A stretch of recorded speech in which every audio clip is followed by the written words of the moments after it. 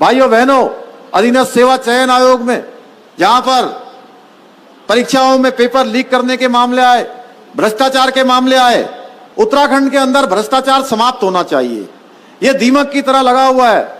जगह जगह छोटे छोटे काम करवाने के लिए बहुत सारी जगह रिश्वत की मांग की जाती रही है। ऐसे अनेकों प्रकरण सामने आए हैं। हमने कहा है भ्रष्टाचार पर किसी भी प्रकार का कोई समझौता हम करने वाले नहीं हैं और इसके लिए हमने 1064 एक नंबर हमने जारी किया हुआ है। अगर आपको भी कहीं पर लगे कि कहीं कोई भ्रष्टाचार की बात हो रही है, कहीं पर कोई रिश्वत मांगी जा रही है, कोई घूस मांगी जा रही है, तो केवल आपको 1064 पर डायल करके सूचना देनी है। आप सूचना देंगे और हमारी उत्तराखंड की विजिलेंस उस पर कार्रवाई करेगी। अभी तक 20 से भी ज्यादा मामलों पर कार्रवाई कर चुकी है। अनेकों लोग जेल के सलाखों के पीछे हैं। भाइयों बहनों, अधीनस्थ सेवा चयन आयोग में जहां पर परीक्षाओं में पेपर लीक करने के मामले आए, भ्रष्टाचार के मामले आए, जैसे ही ये मामले आए हैं हमने तय किया इसकी जांच हम उत्तराखंड की एसटीएफ से करवाने का हमने निर्णय लिया और अभी तक 18 लोग जेल की सलाखों के पीछे जा चुके हैं। और हमने कहा है कोई कितना भी बड़े हाथ वाला क्यों ना हो, चाहे कोई कितनी बड़ी पहुंच वाला क्यों ना हो, हम किसी को छोड़ने वाले नहीं हैं और इस पर कार्रवाई तब तक जारी रहेगी जब तक अंतिम व्यक्ति को पकड़ा नहीं जाएगा जो इसमें शामिल होगा। भाइयों बहनों, इसके साथ साथ हमने यह भी कहा है कि जो नौजवान, जो हमारे भाई बहन इन परीक्षाओं में भाग लेना चाहते हैं, जो इनके परीक्षार्थी हैं, उनका हम कोई भी अहित नहीं होने देंगे। चाहे उसके लिए हमको इस अधीनस्थ सेवा चयन आयोग के साथ किसी अन्य एजेंसी को जोड़ना पड़े, किसी और संस्थान को जोड़ना पड़े, लेकिन हम निष्पक्ष तरीके से, बिल्कुल किसी प्रकार से कोई मिलावट न करते हुए, एकदम जांच त्रुटि रहित परीक्षा को संपन्न करवाने का काम हमारी सरकार करेगी। क्योंकि हम किसी भी कीमत पर नहीं चाहते हैं कि हमारे आने वाले जो नौनिहाल हैं, जो परीक्षाओं में भाग लेंगे, उनको कहीं नुकसान हो। भाइयों बहनों, इसके साथ साथ सरलीकरण, समाधान और निस्तारण, इसके तहत हम काम कर रहे हैं।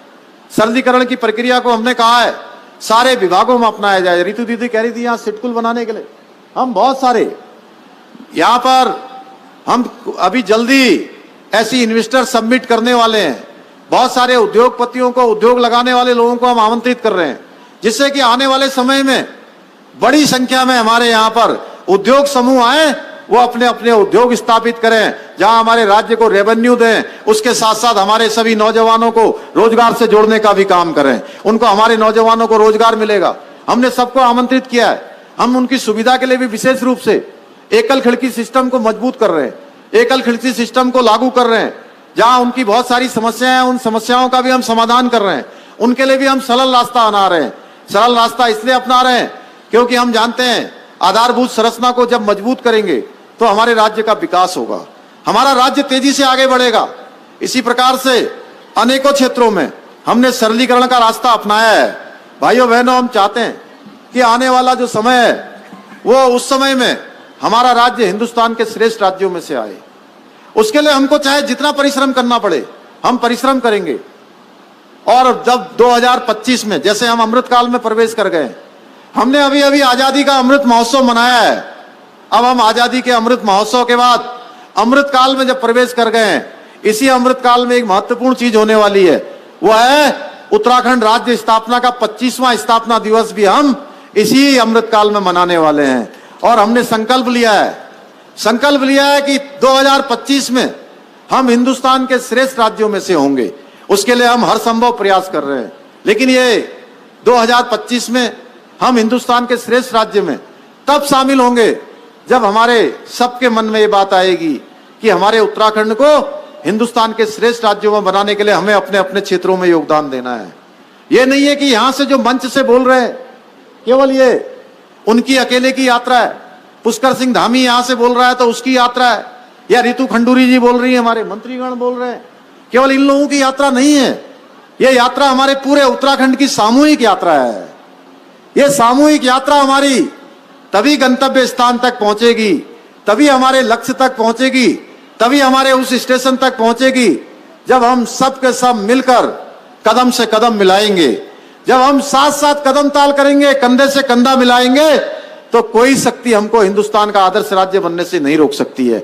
जिस प्रकार के हमारे यहाँ संसाधन है, जिस प्रकार के हमारे को प्रकृति की दी हुई धरोहर है, भगवान की कृपा है, जहां हमारे पास इतने देव स्थान है, जहां पर हमारी गंगा जैसी पवित्र नदियां हैं, वनों से आच्छादित है, पर्वतों से आच्छादित है, एक हमारे पास जहां आयुष की भूमि है, योग की भूमि है, धर्म की भूमि है, अध्यात्म की भूमि है, उस भूमि पर भगवान का दिया हमारे पास सब कुछ है। हमको उसको ठीक स्वरूप में लाना है और हमने संकल्प लिया है, हम उसको ठीक स्वरूप में लाएंगे। भाइयों बहनों, आज के अवसर पर मैं अपने अग्निवीरों को सबको बहुत शुभकामनाएं देते हुए, इस कार्यक्रम के आयोजकों को, हमारी आई हुई वीरांगनाओं को, उन सबको प्रणाम करते हुए, हमारे सभी सैनिकों को प्रणाम करते हुए, मैं आप सबका अभिनंदन करते हुए, आपका धन्यवाद करते हुए, माँ हमारी बहन रितु खंडूरी जी ने कुछ यहाँ पर मुझे कहा है कि ये कुछ घोषणाएं यहाँ कर दीजिए। मैं तो कह रहा था इनसे कि जो है इन सबको मैं ले जाता हूँ, लेकिन इन्होंने दिया है, चूंकि हमारी ये विधानसभा की भी अध्यक्ष हैं और आप सब लोगों ने इतना समर्थन यहाँ से देकर इनको अभी भेजा है, तो मैं ये घोषणा करता हूँ कि जितना भी इन्होंने कहा कि कंडो आश्रम में चक्रवर्ती सम्राट भरत की प्रतिमा व कंडो आश्रम का सौंदर्यीकरण किया जाएगा, इसका सौंदर्यीकरण किया जाएगा। कोटद्वार विधानसभा का प्रवेश द्वार का निर्माण भी किया जाएगा। अर्धसैनिक बलों के लिए कैंटीन परिसर का निर्माण कार्य किया जाएगा। शहीद स्थल का निर्माण किया जाएगा। मिनी जू का निर्माण वन विभाग की सहमति से किया जाएगा। बहुत सारी सड़कों का उनके डामरीकरण हेतु उनके प्रस्ताव बनवाए जाएंगे। कालागढ़ क्षेत्र में स्ट्रीट लाइट हेतु कार्य किए जाएंगे। रामगंगा नदी कालागढ़ में पावन तट पर मुक्ति धाम एवं घाट का निर्माण किया जाएगा। 4 धाम के लिए हेली सेवा, चूंकि हम लोग सभी जगह प्रारंभ करने वाले हैं और अनेकों स्थानों के लिए अभी हमने हेली सेवा प्रारंभ की है। उड़ान में हेली सेवा प्रारंभ करने वाला हमारा प्रदेश, पहला प्रदेश उत्तराखंड है, जहां पर हमने हेली सेवा प्रारंभ की है। यहां से भी चूंकि पहले ये कोटद्वार हमारा मुख्य द्वार रहा है, तो निश्चित रूप से यहां से इसके लिए प्रस्ताव किया जाएगा।